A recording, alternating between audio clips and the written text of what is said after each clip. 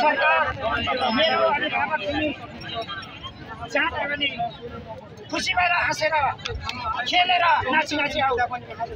यहाँ हामीसँग 84 व्यञ्जनको स्थानमा छ तिमीलाई। तिम्रो भेटी सबै छ है?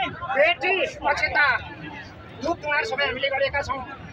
तिम्रो लग्न कुण्डलीलाई हामीले यो जुन ग्रह खड्को छ यो खड्को हामीले ग्रह शान्तिको लागि यो पूजा पनि लगाएका छौँ।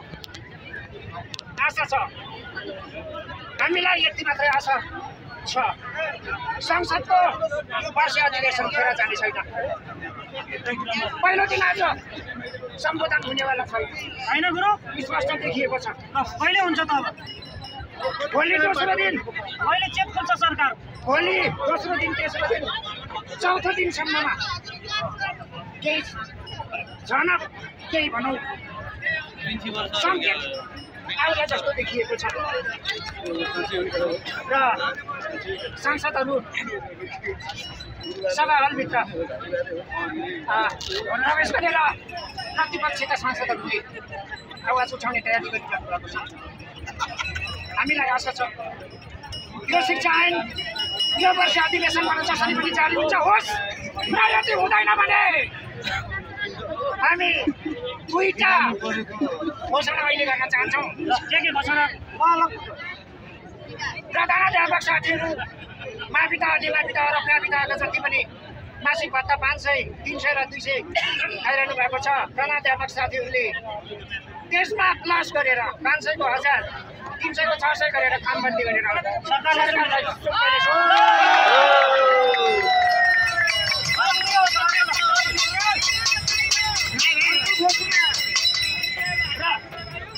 अर्को हाम्रो घोषणा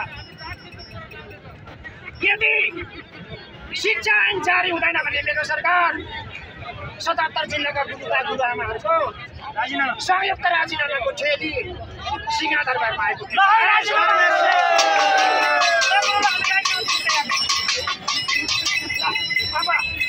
अब तिम्रो शनिको राहु केतुको यो बुद्धिष्टि परेको ग्रहको